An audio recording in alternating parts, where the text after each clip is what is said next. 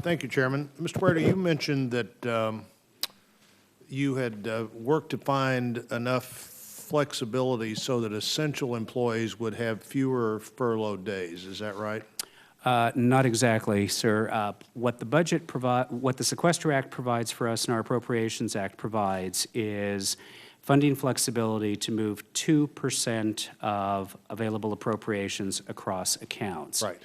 And in doing that, what we did was balance out accounts within the FAA with the focus on maximizing availability of air traffic controllers and aviation safety resources. So are there some people at the FAA that will have more furlough days than 11?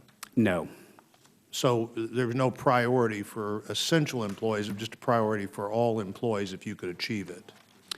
Actually, what we were trying to do was get down to 11 for the critical safety-related functions, which the nature of their budgets were such that without moving money around, they would actually have a higher number.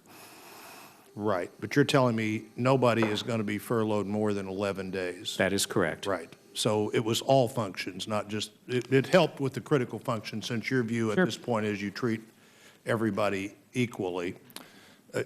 Yes, there is an overriding principle of fairness that we have to look at as well.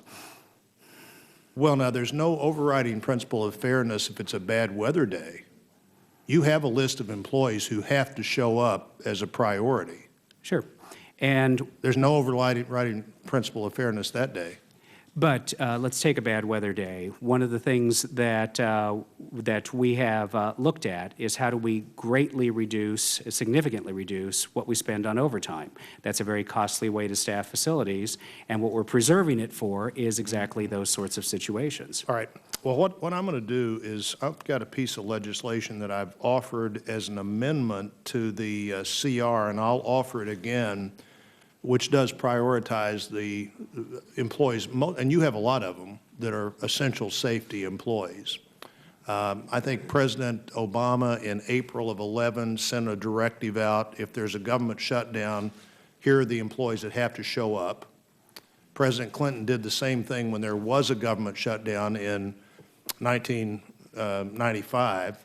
And you might, I'm going to ask you just to look at that and see if it's something that you would be able to look at and maybe even be supportive of, because it just essentially does allow some priority of essential employees. My view is that the law will probably stand, and we cannot have a sequester if we just appropriate money below that number, or if we appropriate money above the number, then I'd like to see what we could do to make this more workable. On towers, have you had safety reports on the towers that you've closed? Yes, we have. Could I get a copy of those?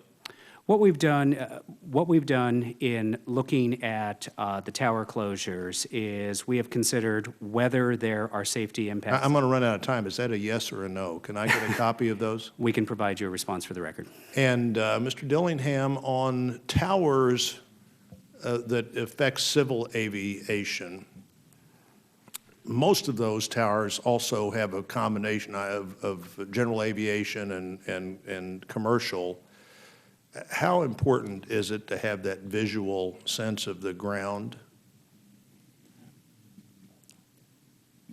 The opinion varies, but the majority of people that we've talked to are very concerned that their tower will be closed, and that we're not at the point where remote operations are as safe or appear to be as safe as if you have that vision on the ground, because the weather can be one way at that airport, but if you're a long ways away and you don't have the appropriate weather equipment, you won't be able to advise the pilot, and the situation is reduced as such.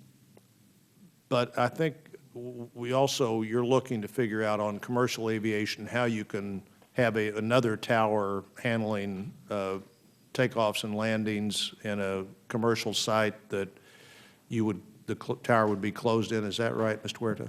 You would use what's called the TRACON, Terminal Radar Approach Control. There's 3 levels of facilities: a tower on the airport, a TRACON, which provides approach control, and a center, which provides high-altitude traffic separation. And the TRACON would control tower in approaching a non-towered airport. And what you wouldn't have there would be the visual sense of the field, but with some standards. What I want to be sure we do here is if some of these airports continue to have commercial travel that don't have a tower, I want that to be as safe as it could possibly be, but I don't want us to lead people to believe that it's less safe than it is by saying a tower would be better, but we could do it another way.